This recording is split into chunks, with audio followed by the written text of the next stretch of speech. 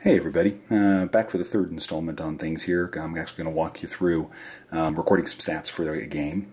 So we've already, first installment, walked you through setting up team, doing the roster, setting up games. Second installment, sort of activating a game and then sort of walking you through the generals of what's in the app. Third installment here is going to be actually starting to record some stats. So in this case, we're going to go ahead and make sure we have the quarter set correctly. We're going to go ahead and tap on the field. I single tapped. It's going to bring up that it was a context sensitive list. That's something that differentiates, I think, this app from the other ones that are out there. Is this one's more about sort of tap on the field wherever the stat is taking place and it automatically records it. Also is context sensitive for it. So if I say face off, it knows, oh, well, face off means who on the home team, and it pulls it up from the roster you have for this game. Who on the home team made it? I'm going to say John Doe did it. And let's say he won. And it's going to say, okay, so who took the loss on it? And we're going to say this one. And in this case, if depending on how you guys do, so let's say it was awarded by he jumped or something like that, right? So it wasn't necessarily a loss on the person's part. What we find is I find different teams to handle it differently in terms of how they want to record it, so I didn't necessarily assume it as a loss. In the case for what I'm doing here, let's say it is a loss, so let's go ahead and tap that.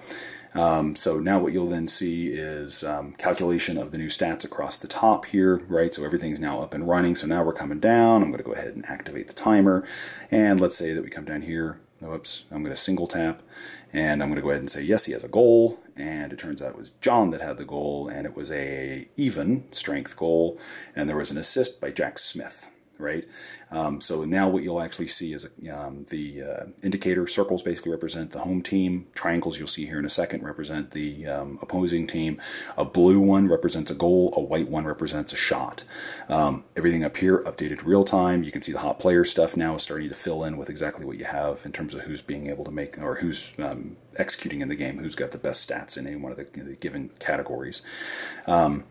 Also have the ability to hide things on the screen. When you get a game and you enter in everything over the course of the whole game, you'll find it gets very busy. I'll bring up an example of that here in a minute. These things down the right-hand side allow you to basically turn off stuff. So if I want to only see stats for just the first quarter, right, then I can come down here and I can basically just disable all the rest of those quarters because I only have stats in the first quarter. Nothing changed here on the screen. But as you basically work your way through a game, you can sort of see sort of period or quarter by quarter how the game's evolved, where the shots are coming from, all that kind of stuff. So get some of the clutter off of the screen. So I'm going to come back here and say we have another face. This time it turns out that John lost, and number 4 won this time, let's say. And he came down, going to double tap, right? Double tap for the opposing team, single tap for the home team. He had a goal, and it was number 4 that had it, and it was an even, and there was, oh, let's say there was an assist by number 6, right? So now we have it for both sides. Again, over here on these buttons, this is shot and goal for the home team, shot and goal for the opposing team. So I'm going to turn off goals as an example. And you'll see that it went from a blue to a white. That's because a goal is a shot, right? So now you're seeing that as a shot. Tap it again, and it clears off the thing completely. So pretty much all that's selectable there. Also, the ability to now see undos on stats. So if you have a stat that you incorrectly enter, it's as easy as basically just tap on that, bring it back up, tap the stat that you want to undo, and it'll automatically undo it. I'm going to go ahead and close out this installment, and we're going to pick up on the next one. I'm going to show you sort of one that's already filled in that gives you a feel of what the application is like.